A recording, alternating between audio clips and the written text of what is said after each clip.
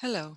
In this video, we will demonstrate how to solve the EMA GFF gluten-free flour problem. So on the right-hand side, you have the formulation that we have just completed. And on the left-hand side, I have built the template to help us solve this problem. So let's run through this template and understand what do we need. So we have 4 decision variables and they are labeled as R, A, B, and C. Here are the titles, and this gray area here, this is the place that the decision variables will hold. On the bottom part, we can see the costs per pound per unit of each of these decision variables. And on this orange cell, I have created the function that will calculate the overall cost that we need to minimize using the sum product function. On the bottom part, I have created the area for the constraints.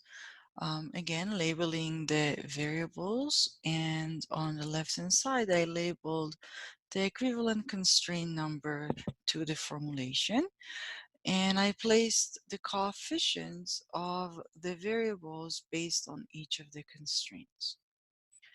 To calculate the left-hand side of each constraint, again, I used the sum product function. Pay attention that when I highlighted the variables area, I anchor it using a $sign to make sure that when I will copy down using autofill, this will not change. When I highlighted the coefficient area, this can be changed because when we copy, we want to move to the next row and to the next row and to the next row. So we can see how this have changed each time we are going to the next row. The blue area, you can see the red area is changing. On the right hand side, I labeled the right hand side based on the constraint, and then I move to solver. You click data, you click on solver. On the set objective function, I'll click on the objective function cell. I'll switch to minimization because we need to minimize the cost. By changing variables, I'll highlight our variables, and I'll start to add my constraints. Now I have 2 constraints with greater than equal sign, one with less than equal, and one with equal sign. So actually I will have 3 rows, 1, 2, and 3. So I'll add. The first row will be the first 2 constraints. So I'll highlight both of them because they share the same sign. I'll change the sign, and I highlight the right hand side. Click add. I'm doing the next row. It's less than equal, the right hand side, add. And then the last row, it's equal, so I change it to equal, 5, and I click OK. You see that solver have now 3 rows based on our 3 signs: greater than equal, less than equal, and equal.